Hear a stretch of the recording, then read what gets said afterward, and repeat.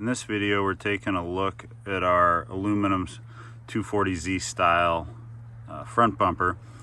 We have another video that's installing this on a 280, so make sure to take a look at that, because that's going to give you most of the installation instructions.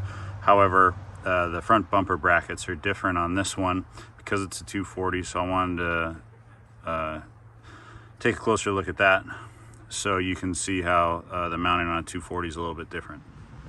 So this car's out in the boneyard. It's kind of bent up and sitting on the ground, but it gives you a good idea on how the fitment is. So very similar to the stock 240Z bumper brackets, except for we're utilizing 3/16 aluminum, so these are nice and lightweight. They also have a large slot, so you can adjust it in and out a little bit, and then they come out and mount in the front here. So on the 280Z, it still mounts in this same spot, just the bracketry on how it mounts to the car is different. Around the sides with the screw and the rubber bumpers, that's the same as on the 280Z video, so take a look at that as well. But here we have the difference is this 240Z aluminum bumper bracket. It's a little bit thinner than a factory one, and it has larger slots, and the angle of where it meets out into the bumper is different than on a factory one, just to have a little bit better fit.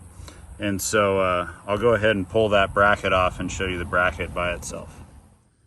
So here I've pulled off the bracket, and so this end here is what mounts to the factory bumper bracket mounting points, and then this front edge here with this slot is what will line up and mount right through the front of the bumper. A lot lighter than the factory one, and with a little more adjustability. Also, it's slightly thinner top to bottom to fit inside our aluminum bumpers. These are available from Skillard.com, and please email sales@skillard.com if you have any questions.